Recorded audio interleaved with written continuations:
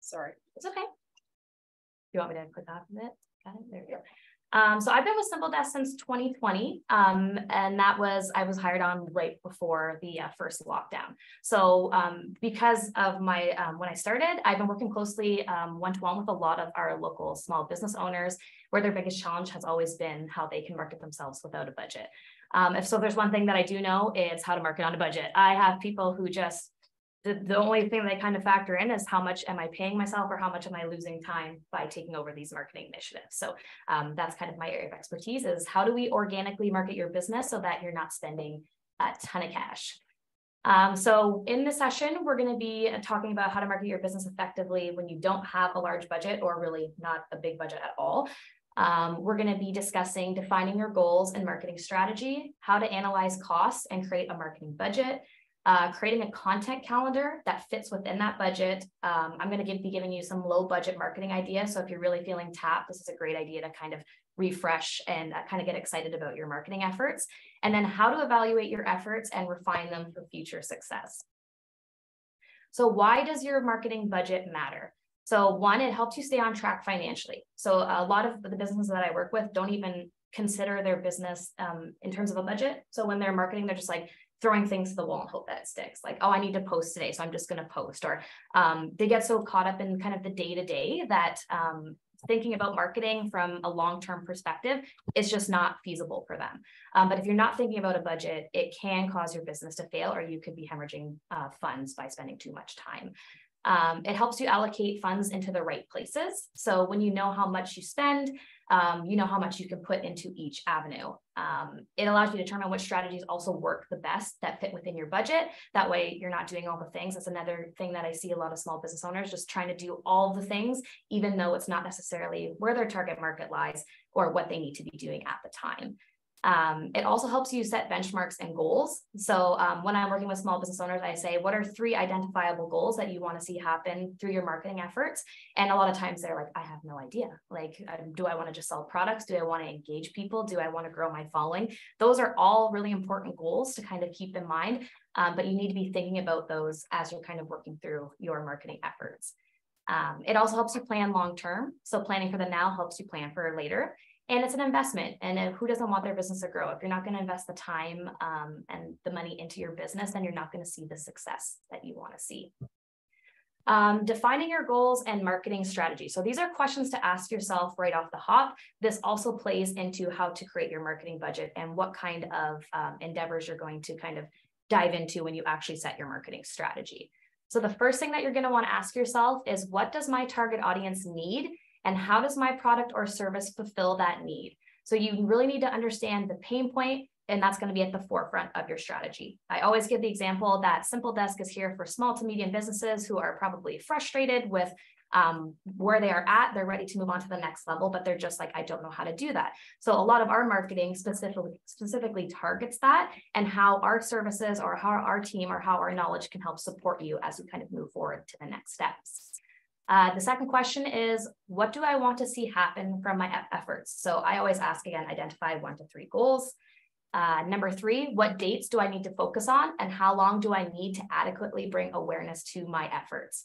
Right now, we are in the throes of the holiday season, and I cannot tell you how many people I have started talking to who are just looking to start strategizing for the holidays now. So if you haven't already planned, you're behind on the 8 ball, you're not going to see the success that you need to see. When we are looking at holiday marketing specifically, especially if you're in the product industry, we always need to be thinking 1 to 3 months ahead. Always just kind of be thinking ahead, and what does that look like? What dates do I need to set, and what marketing efforts are going to support those dates? Number 4 is, where is my audience primarily engaging with us? So is it on Instagram? Is it on Facebook? Is it through e-newsletters? Leveraging just the strategies that your audience is really kind of responding to. Number 5, what am I or my employees capable of undertaking? How much time do we need to execute this plan?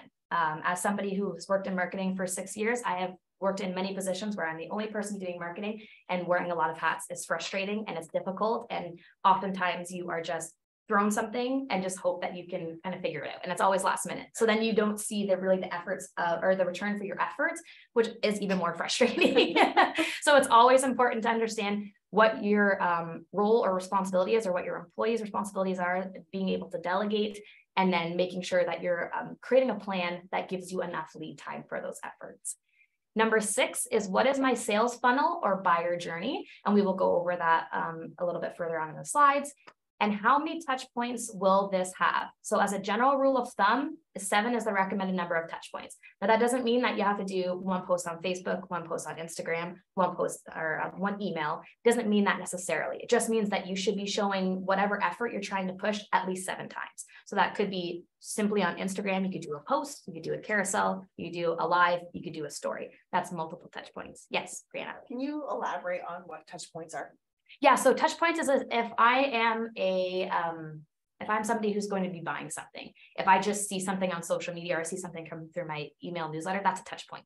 So if I'm able to see, like, I got an email, or if I got a Facebook post, that's a touch point. Yeah, it doesn't mean like separate, like going from point A to point B. Exactly. Yeah, it just means that you're visible up to 7 times for that particular endeavor that you're kind of pushing. And like I said, you are going to need to know these answers to create your marketing budget, and of course your plan as well. So analyzing your costs. So again, this is something that people forget to do often. So a common rule of thumb is that B2B companies, which would be Simple Desk here, should spend between 2 and 5% of their revenue on marketing. For B2C companies, the proportion is often higher, so between 5 and 10%. And this is because B2C companies need to invest in more marketing channels to reach various customer segments. So the cost to really factor in, it's okay if you're watching this and you're like, I've never even thought about these things in my life. It's always a good place to start. And when you know what you should be doing, then you can make sure that you're doing things right for the next time. So the cost to factor in is my website. Most people will use their social media to drive to the website. If your website is not functional, if it's slow, if you're not sending them to the right place, what do you need to do to update that? If you're product-based, oftentimes you'll create specific landing pages for the holidays. What does that cost to create those things? Social media. So you can do straight organic social media where you don't have to pay to do any ads or boost any posts, but you do need to factor in somebody's time. So what you're paying somebody to do that, or what it costs you to do that. Online advertising. So if you're going to be doing Google ads, social media ads, whatever online advertising avenues you're going to explore, that's something that you're going to want to factor in. Traditional media, some people do have the budget for radio, billboards, that kind of stuff. Most of you probably won't be worrying about that at the moment, but it is something to consider.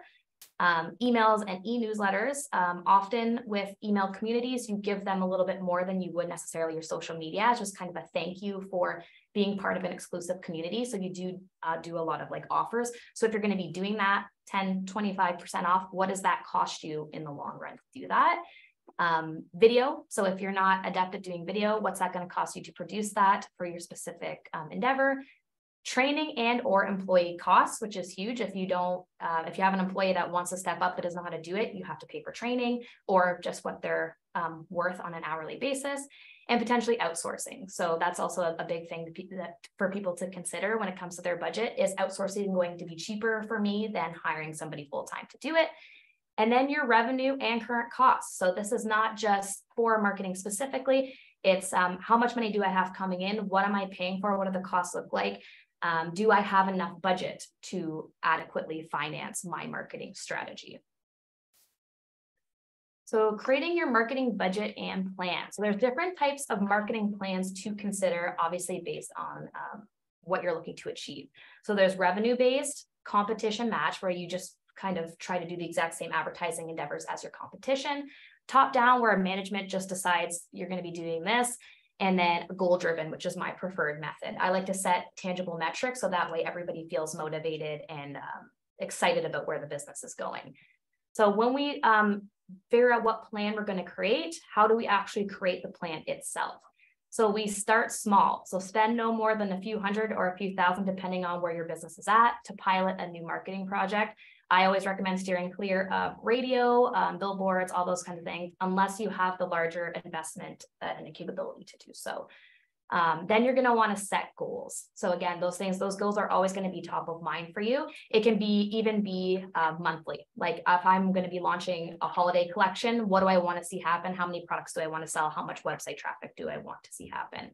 Then track results. Data is incredibly important here. And it does kind of lend to the next point there, which is how you move forward with your marketing efforts. You don't want to just keep doing the same thing because that's what you know how to do, but like, why waste time doing something that doesn't get you the results that you want?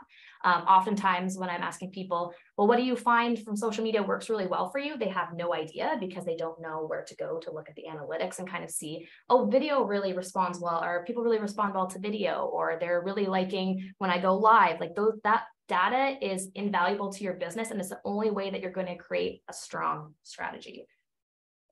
You want to create graphics and videos and other content that are fresh, engaging, and exciting and on brand. And then consider a content mix. So videos, reels, lives, carousel posts, static images. Sometimes marketing is, I consider it an art. Like, you're never going to nail it the first time. So sometimes you have to try things and realize, okay, this is not working for me, or I might have to just go do videos or reels or whatever. So it's very important that you consider a content mix and leverage what works best for you. And what avenues am I going to be exploring? Is it going to be Instagram, Facebook, LinkedIn, TikTok? It doesn't, whatever is going to work best for you and where your audience is primarily living, that's where you want to kind of explore. Next thing you're going to want to consider is the cadence and timing. So again, social media is an art. You might think I'm going to be posting first thing in the morning on Facebook and it's going to do well. But again, looking at that data will really tell you whether or not that's the feasible plan and strategy for you moving forward. Don't be afraid to try new things. Like, oftentimes when I'm working with small business owners, they say, oh, I don't have a face for video, or like, I don't know how to do that, but it's always worth the effort to try. And then that might be something that's actually really moving the needle for your business. And then hashtag research for Instagram. If you're exploring Instagram, do your research when it comes to hashtags. Just don't throw them in. You'll be able to see which hashtags are being leveraged the most, and you're going to want to add those to your post. Don't get crazy and add like 40 because it doesn't really do you any justice. So really leverage the hashtags that are the most beneficial for your business. So if you've created, or if you've been to a webinar with me before, this calendar is going to look super familiar because I use it in almost everything. And this is what I use to keep people organized. Like I said, I work with people who have no organization whatsoever. So the way to kind of fix that is to give them the systems to be organized. I have a question. Yes, absolutely. How do you go about researching hashtags? Yeah, so what I recommend first off is if you have like competition, or if there's somebody that does something similar to you and they're doing a really good job online, I look at what they're doing, right? Like if you're going to be in active competition with them, so you should be very aware about what your competition is. Sometimes people will say to me, I don't have any competitors, but you have somebody who might do one thing that you do the exact same. So it's good to be aware of that, because that's still a segment of your business that is in competition with somebody else. Even if it's like completely outside of your area, like say in the States or something. Exactly. If it's the same industry, look at what they're doing. And a big thing too, especially locally, because I'm sure most people here are local, look at what people like Trendval or Small Business Center or City of Quinte West or Bay of Quinte, what kind of hashtags are they using? Bay of Quinte especially has like an incredible reach, and the hashtags that they use, I would also leverage in my strategy, because that's who I want to reach, right? Is the people locally. So it takes a bit of time, but I would do some testing as well. So like maybe you have top 20 and then you might rotate like 10 per post, and then look at the analytics and see which hashtags are really helping you, of course, move the needle on your business. I hope that answered the question. My big tip is the worst thing that you can do is not plan ahead, especially for the larger holiday seasons. I always use a content calendar because it's really helpful. It gives me a bird's eye view of what specifically I'm posting when. If I'm working with team members and we are on a collaborative project, then it's good for them to know what I'm thinking or where I need to support and where they need to support me with their efforts. You're going to absolutely want to know the answers to the 7 questions I posed to you at the beginning of the webinar, because if you don't understand what your ideal target audience needs, how are you going to create content that fits that particular or fulfills that particular need? Create content in advance if you can and make your content go farther. For example, blogs can be used many times to create a lot of content. So if I'm creating a blog piece, I might do an email based off of that. And then I might do a carousel post at the beginning of the month, and I might do a static post at the end of the month. So just because you create one piece of content doesn't mean that you can't break it down into smaller pieces and use that for other endeavors. It's going to save you a lot of time, and then you're not going to be trying to recreate the wheel. You've already done the work to put that content together. Assign roles and responsibilities. This is honestly the toughest one, especially for small business owners who are used to doing everything themselves.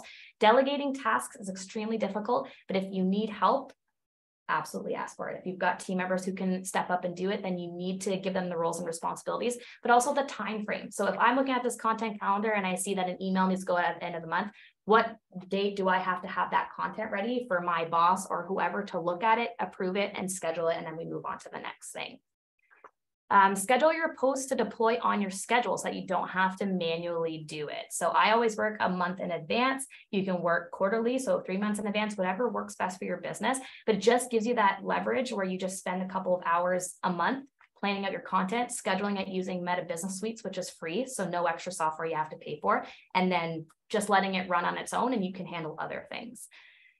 You should also factor in actively engaging with your community and those who follow you throughout each month. So another big disservice you can do to your business is just posting and then not engaging. So not responding to comments or following people within the community, engaging with their posts.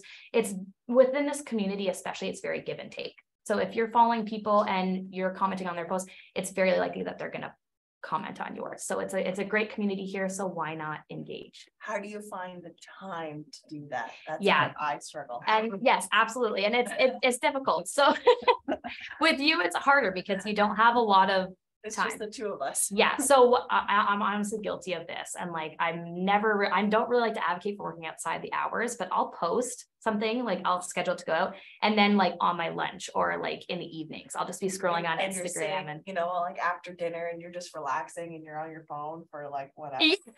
And then you're working. Yes, exactly. I'm like the worst person for that, but you have to try to kind of make some time. Like, I know it sounds like I wasn't sure if there was a no, I wish that there was, I always keep my notifications on. So if anybody comments like a question or something, then I can actively engage. But for actively engaging with community members, I just try to carve out a little bit of time every day or in the week. So yeah, just kind of trying to, and that's where systems really come into play. So if you're really systemizing your processes, then you will find that you freed up a little bit more time.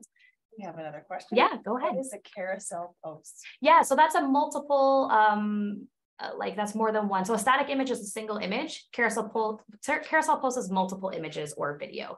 From what I've read a lot of, and from my own efforts, like trying things out, carousel posts actually do quite well because it's just human nature to see something and be like, oh, I'm going to scroll, right? So like you're more likely to scroll by something like there's just a single image or a single video, but if there's something multiple that kind of forces you to swipe through, it's just human nature. Even if you're not interested in the content, it's just, oh, I got to scroll. So carousel posts are a good mix of that. We do that for like tips. So for like 5 things that you need to know, every picture has a single tip. Is that for Facebook or is that for Instagram or is it for both? It's for Instagram. So this is a great thing where you can repurpose content. So that's ideal for Instagram, but then you can repurpose those pieces into like a video and make like a slideshow or a video to post on Facebook. So you don't have to, if you use Canva or something like, which I use frequently, you can actually just download it as an MP4 and then you have a piece of video content to use. Oh, I didn't even think of that. Yeah. So then you don't have to recreate anything. It's just, you just set it to you. What I do is I create my carousel posts, just download it as PNGs. And then I switch it over to MP4. And then I put whatever fades or music or whatever I want into it and just download it as an MP4. And then so instead of having to actually like click on it, it just automatically goes through. Yeah. That's way easier than trying to manage. Work smarter, not harder. And then you want to create a cohesive, well thought out plan. So for example, if you are a product-based business and you are launching something for a holiday collection, how many times do you want to post about that on social media? How many emails do you want going out? Do you want to be updating your Google My Business to show that offer? What different steps need to be taken into account? And what does that look like on a monthly basis for you? Black Friday is just around Black Friday is around the corner. So I hope everyone's thinking about that. So this is really key. So oftentimes when I'm talking to people, I say sales funnel, they're like, I have no idea what you're talking about. And that is a big problem, especially if you are in business. So a sales funnel is a consumer-focused marketing model that basically illustrates the journey that the customer is going to take. So for example, okay, they see a post on Facebook, there's a link to it. The link goes to a landing page. What does that landing page look like? How are we offering that? What does the checkout process look like if you have e-commerce? What are the items on the landing page that need to be there to really push them further down the funnel? What's the follow-up? What's the delivery? What does that look like? And then a pipeline is different. So a pipeline reflects what a seller does during the sales process in order to secure the sale or the booking. So knowing exactly what steps you're going to take are key. I cannot tell you the amount of times people have done like a holiday launch and their website's slow, or they're not sending them to the right place, or the checkout process is like 10 different steps. Statistically, the more steps that they have to take, the less likely they are to convert as a paid customer. So you need to keep it simple, send them exactly where you need them to, make it as easy as possible. So sometimes this will require testing, but it is key because you're going to be losing out on leads. Absolutely. So this is the part I think people will get the most, like they will really enjoy this part because it's low budget marketing ideas to kind of think if you're feeling a little bit drained about your marketing efforts. So Google My Business listing. Everybody pretty much has one of these. If you don't, you should get them. It's free. From my expertise of doing this for a little bit, there is an offer section on Google My Business where you can say, I'm having 15% off for the next week or for the month or a Black Friday sale, whatever that looks like for you. From what I've seen and from my own experience, that just drives more traffic to your listing. I've never once had an offer and not have it gone up monumentously. It just really helps. So if you're doing offers, especially if you're a product-based business, take advantage of that section. It's free. You already have it. So why not leverage it? And with your Google My Business listing, you're also going to want to be updating it periodically. So swapping out images as you get new ones, just keeping it fresh because that will help with traction. Everybody looks for things on Google. If you're not leveraging that to the best of your abilities, then you are wasting that opportunity. Search engine optimization. This can get expensive, but this is where you kind of can outsource to somebody who has a realistic budget about what it costs. So search engine optimization is basically understanding what keywords people use in Google to find your products or services. Once you know what those keywords are, you leverage those in an SEO strategy throughout your website, which just helps you get in front of more people. For example, if people are searching for small business support, Small Business Center hopefully has an SEO strategy to support that because they've worked it out through an SEO strategy, which will help them place ahead of somebody who is a competitor, which is what you want. You don't want to be showing really poorly on Google. Okay. You do okay. I have no doubt about that. But statistically, if you're even the third one down, they're going to go for the first two because they showed up first. People are looking for the quickest solution. They're just going to go for it. So you don't want to miss out on leads that way. Next thing you're going to want to do is deploy emails congruent with your social media strategy. So if you have a social media strategy out and you have not factored in email, but you have a list, you need to absolutely do that. It's just another touch point for you, and it makes the most sense strategically for promoting whatever it is that you want to promote. Lead magnets. So free PDFs, ebooks, mini courses, videos, digital downloads, etc. You probably have something like this already or something that you can piecemeal and just add it as a lead magnet. For example, Simple Desk has a free audit where you just put in your information. We create an audit for you where we look at your business from an analytical perspective and identify what parts need to be strengthened. But it just helps create a stronger sales funnel. If you know people are interested, if there's a free download, then you can kind of push them down the funnel. So like, here's a free offer, you follow up with them, you check in and say, hey, because you're interested in this, we also have this, right? So it creates a stronger sales funnel rather than just trying to reach out to somebody that you don't know if they're interested or not, or just following you for support. Collaborative partnerships and features. This is huge for a lot of people. So that's working with other local businesses or going on to podcasts or having articles written about you or blogs or whatever. Collaborative partnerships are key because you're leveraging somebody else's audience. You haven't had to do all this work to kind of get new people. It's like, hey, I'm working with somebody who has 1,000 followers. That's 1,000 more people who are potentially going to become interested in your brand. And they're usually pretty cost effective. It's not like you really have to pay. especially in this area, people are very give and take. Like they're not going to charge you a crazy amount, or they're going to do it free. So leverage those collaborative partnerships if you can. This one is often one that people don't think about, but it is amazing. So user-generated content and brand ambassadors. So often your most influential brand ambassadors are your employees. So if you have a really great business model and your employees are passionate about it, then they're your brand ambassadors. They're the best one to speak to what you do in your business. But user-generated content is free. So if they'll tag you in a post, if you really like that image, you can just message them and say, hey, can I use this on our social medias? 99% of the time they say yeah. They don't want any financial compensation for it. So that's a piece of content that you don't have to take yourself and figure out. Just credit them within your posting. Repurpose older content. So like I said, if you posted something 6 months ago, you can reuse that. There's no time frame for that piece of, as long as it's not outdated, you can just take that again. Like if we do that a lot with blogs. If the content's still relevant, why not create a video, or why not do a reel or something like that to kind of leverage that content? You don't want to always be reinventing the wheel, because you will get burnt out. Create an email offer specifically for your email list. So it doesn't really cost you that much other than whatever the percentage off is, but your email list is your most nurtured piece of, or your most nurtured marketing avenue. If somebody signed up for their email, that's a pretty big deal, because we get bombarded with emails all the time. So make it worth their while to be on your marketing or your email list. Ask your happy customers for reviews. So again, it doesn't feel necessarily like a marketing piece, but one of the most influential or motivating things for people is to read reviews and see how people have responded to a product or service. I never go for a business where there's any negative reviews. So if I see a lot of positive reviews, I'm like, okay, I'm sold as a potential client or consumer. Run a contest. So this could be something as easy as buying a gift card from a local place that people like. For example, the Grind and Vine would be a great place to buy a $50 gift card and run a contest. But you can ask for follows, you can ask for likes, you can ask for engagement, which will boost your other content. So the more engaged people are with a certain piece of content, the more engagement it helps them kind of your other posts reach them as well. And then start a blog. So that's just something fun to do. Not a lot of people will have the time to do it, but it is great to just get information out. It does position you as an industry leader, so it shows that you're knowledgeable in your particular industry, but it also helps with SEO. So if you're doing blogs that specifically support what it is that you do and people are stumbling upon it, more traffic to your website, which is key, but then it also just helps you kind of get in front of people.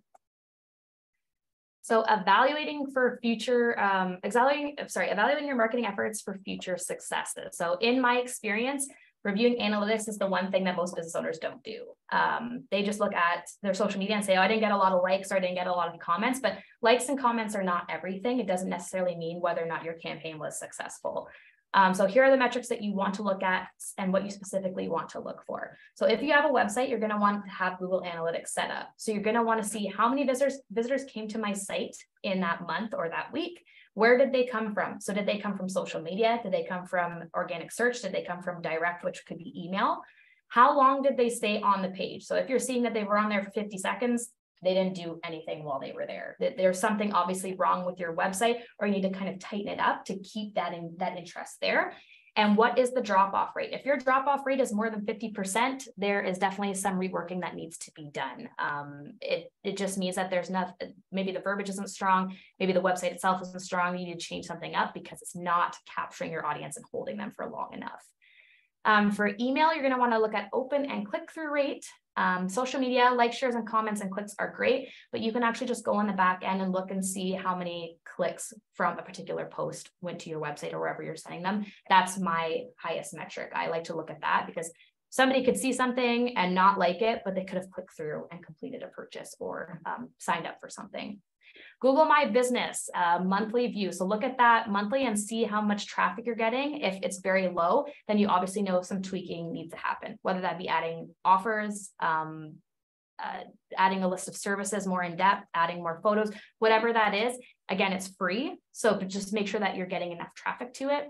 And then social ads. Sometimes people have, they'll have a budget for social media. It might be $25 to $50. You don't have to have a crazy budget to run ads, but you're going to want to look at things like reach. So how many people did it reach?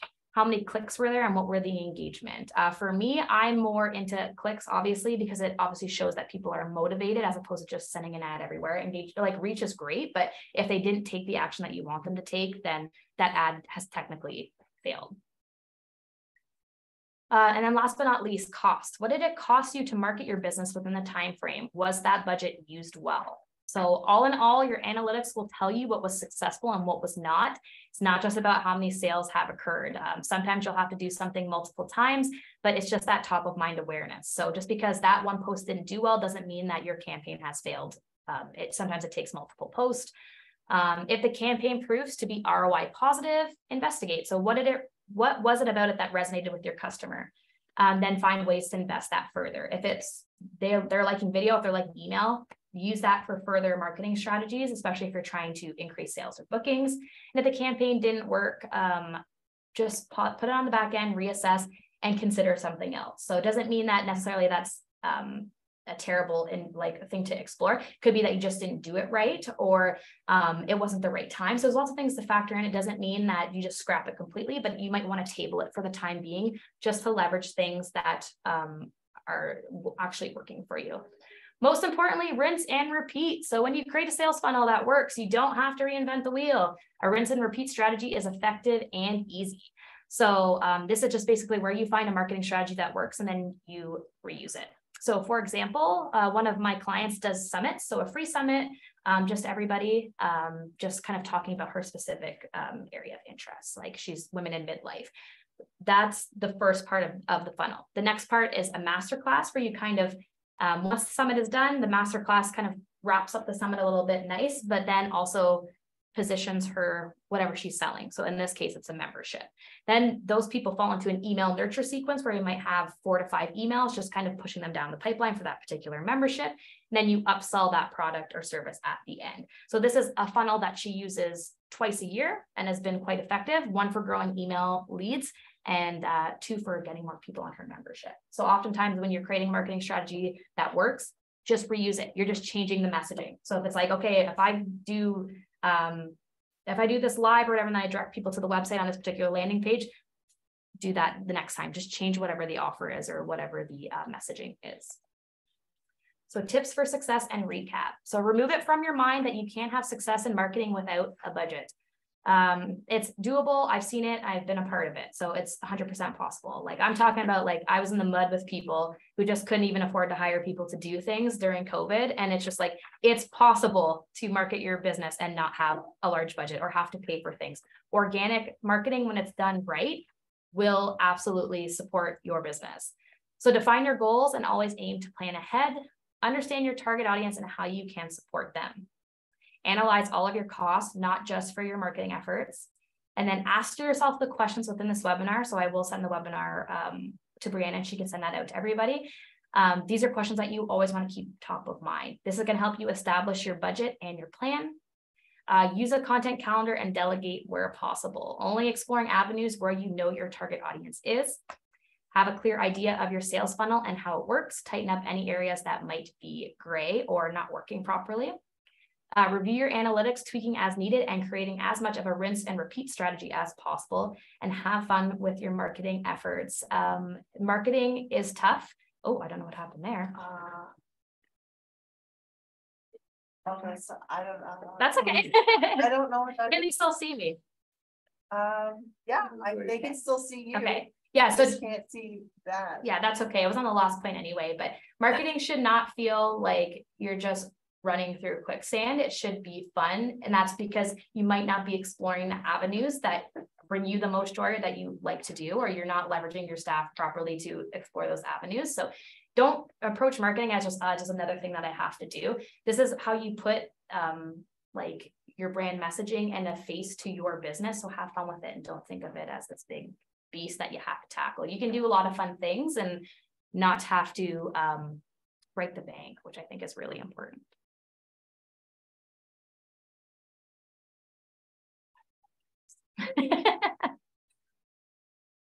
See, everyone here gets to see you, like cameras. I can definitely, like, that was the last slide anyway. So if people want to ask questions, I'm more than happy to kind of there we go. respond to those. Yeah. Okay. All right.